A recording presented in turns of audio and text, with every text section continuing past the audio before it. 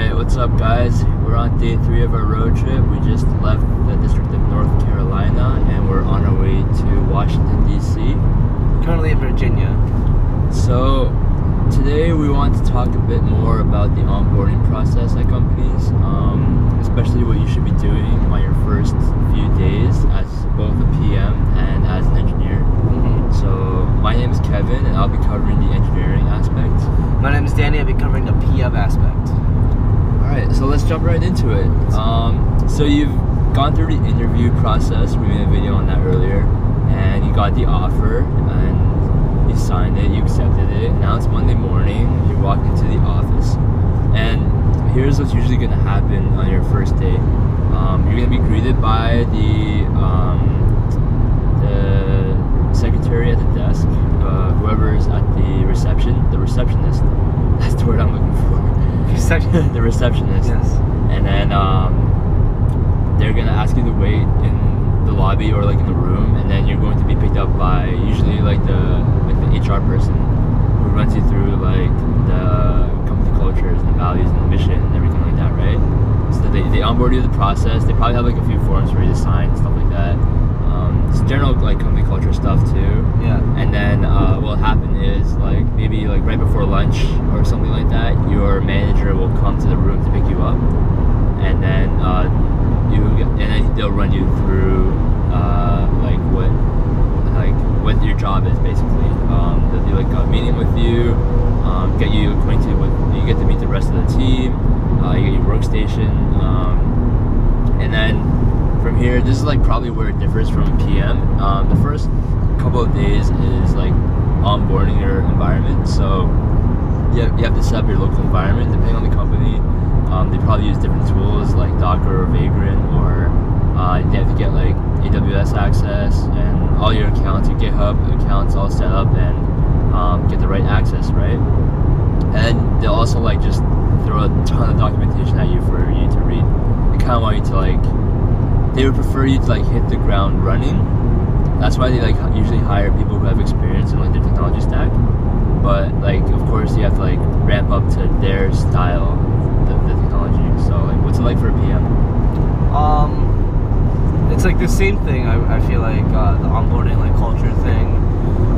Usually when your manager comes and picks you up in a smaller company, the manager would actually be there while you're onboarding, and will onboard you personally in a smaller company. But in bigger companies, usually you have to have like this whole orientation system already set up, or this process already set up, so your manager comes pick you up after. You go to your workstation, your manager usually introduces himself or herself, and then talk about, hey, this is what I'm like, like this is what I'm doing, this is what I'm working on. And if you're lucky, it's your manager who interviewed you before you're coming in. So you guys already kind of have like a thing going on, which is cool. But let's say the first thing that they actually work on is like, hey, unlike code, like you could just get on right away. They have to give you all the tools, like usually made Tableau, Shiny. Sometimes they give you they give you Trello access. Jira in Confluence usually comes after, during when like they ask you to look at some task. Other than that, it's mostly because depending on what you're dealing with. The first thing that you do is that they introduce you to the whole team. Usually people who you're going to work with directly, your data scientists, your analysts, your business devs, even your engineers and designers. And then you kind of, from what my experience is, in the internship side and seeing the full-time side, is that you kind of sit there for 30 to like 40 minutes setting up your gear, and then your manager tends to take you out for coffee.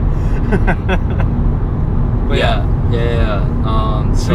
Pretty casual with PMs. So that moment where you're meeting your entire team, that's like a very crucial moment, because your team is essentially who you'll be working with for either the rest of your internship or like the rest of the year, pretty much, right?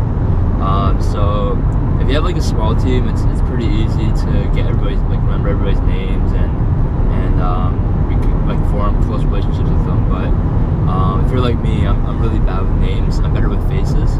So at my last company, I had a huge team of like 20, 25 people, and I met them all on the first day in the first like 2 hours I was at the company. And don't worry if you can't remember everybody's names. Usually they'll have like a name tag next to their desk, so you can use that as like a reminder. But basically, try your best to remember everybody's names. Remember your mentor's name and your manager's name for sure. Yeah. Absolutely, that too. And then also to add to that, don't. I've did this before, but don't ballpark it. If you don't know their name, just say you don't know they forgot their name.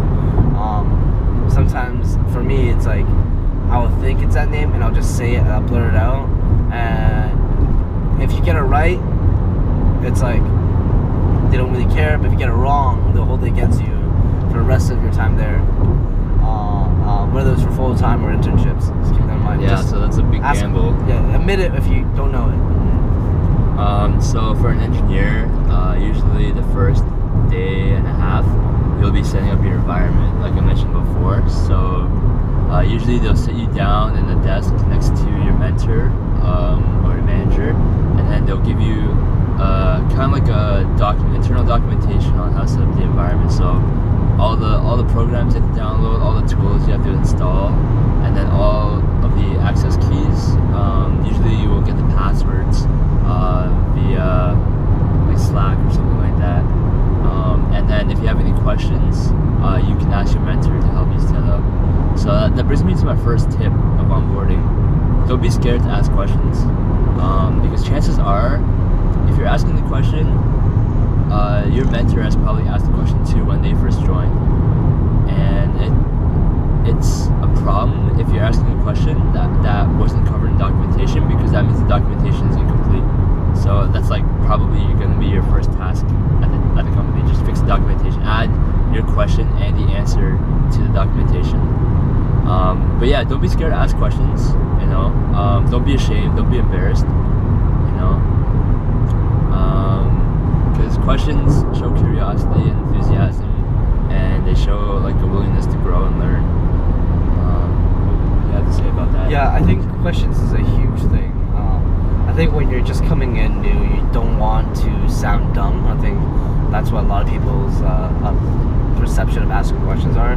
You don't want to sound dumb, so you don't want to bother people. You don't want to get their nerves on the first day. But like just a note. It's like, yes, you don't want to go overboard, but at the same time, you want to ask questions. Maybe write a list of them, like in your first 2 hours, running through the code base or running through an environment or not understanding the process. Like they're there to help, right? Like they know that you're gonna need, like everyone's been through this. You're gonna need like a week, 2 weeks, maybe even a little bit more to onboard everything. And if it's a big product, a really complex product, they're going to expect you to ask more questions. So just do it, because in the long run, it will help you a lot more. Holy shit, that car got shit on like crazy. Dude, like I don't want to turn the camera around, but this car right here looks like 1,000 birds took a shit on it. It's almost like oh, what? That's so bad. Like you just parked on an unfortunate tree. Maybe somebody like pranked him and like put food on there. And it's like shat on it. Yeah. Oh my god. No. But yeah, like ask, like, so I'm saying, like, don't be afraid to ask questions, because when you ask questions, it's like an investment in the long run. It'll make your job a lot easier. Yeah. And also that kind of ties into my second tip of onboarding. In your first couple of days, you should try your best to figure out who's the go-to person for specific tasks and specific problems. Like on a diverse team, you'll have many different people who are experienced in different things. So you'll always have some people that are more experienced in certain aspects of the technology or the product than other people. So you should always keep an eye out, keep an ear out to figure out who is the go-to person, and try your best to learn from them. Look to them as role models, because if you think they're the go-to person, they're probably the go-to person for the whole team. And to get to that status, that requires, skill and talent, and then make sure you learn from them. So if you have questions, make sure you're asking the right person. That's how it's tied into the first tip. And for PM, it's a little bit more generic or vague, I would say, because PMs usually don't have specific tasks, like a lot of like in terms of software technical aspects, like software engineers and stuff. So when you have questions or whatever, your PM, your mentor, your manager above you is the best person to ask, or other PMs around. And also another tip is that ask your manager, as you guys get closer, maybe in the first, like later in your first day or your second day or third day, get an idea of like what problems they're dealing with, so you can start thinking about them. Because good chance, even if you're not dealing with them or assigned to them directly, those problems are something that you have to get ready for. And a lot of times when I go, I like PM, like just because you're there doesn't mean their problems get solved or are already solved. So you want to assist them, or get your mind prepped to work on those kind of types of problems. And then that's a huge thing. My other tip is to, I think it's because the onboarding process for PMs are still not very solid, unless you have a very solid PM team in at the company that you're starting on already. But a lot of times when you come in, they don't really know which task to put you in right away, unless that's discussed earlier. So make yourself useful and sit in, shadow on meetings, on your PM meetings, ask questions, and just kind of make yourself useful. Be like, I can do that, or let me take a look at that, or hey, do you mind if I sit in on this? Because usually the ramp up period for PMs are a little slower, solely because there's not like already a process down, because every company process is different. Yeah, for sure. And I guess for the first couple of weeks, I think for an engineer, the best way to get familiar with the code base is to just pick off some low-hanging fruit. Chances are your company uses some kind of bug tracking or ticket tracking system like Jira or Trello or Pivotal. So yeah, just look through those, find some like low-hanging fruit, and try and like knock those out of the park, right? Simple stuff like maybe like a price change here, or like a small modification in the code there, or addition of a function or modification of a function. Usually your team will follow like a Scrum kind of process. So every week your team will meet and then assign tickets to everybody on the team. So after a week or two of this, you can start doing the bigger tickets, the epics, so they call it. Well, maybe not an epic yet, but just work your way up. Don't feel the rush to show off right away. Right? Actually, that's actually pretty bad if you show off right away, because then people will start expecting. Yeah, you set the bar high. You set the bar high, and people expect you to grow. Yeah. So basically, you're like, if you start off at the ceiling, you have to constantly break through the ceiling. But if you start low and work your way up to the ceiling, it shows growth, and eventually you'll get to the level that you're comfortable at. Yeah, I think I don't know, like for me, I feel like whenever I start, I always have this like fire to like, I'm gonna make the biggest difference here. I'm gonna like like I have a huge fire. Sometimes like oftentimes that's a good thing, but a lot of times also that it's a bad thing, in a sense that you become too impatient, and you might cause more chaos than good. So be patient that you're gonna onboard, and then that you're gonna make a significant difference. Your first 2 weeks, the first 3 weeks, you're just building a foundation, right? So you have to be patient in that sense. You can't come in and start like and start trying to implement your processes, your changes, your perspectives, because they already have that down. They already have an ecosystem down. Don't assimilate, but don't assimilate 100%, but you have to understand where they're coming from and how they work. So in order for you to reflect your changes on it, right? So have patience. I think that's a huge thing. Have patience, but also the urge, and never lose that perspective that I'm gonna make a big impact.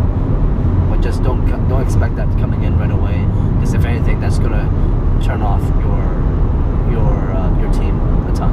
Yeah, so let's sum that up with tip number 3, which is don't bite off more than you can chew. Yeah.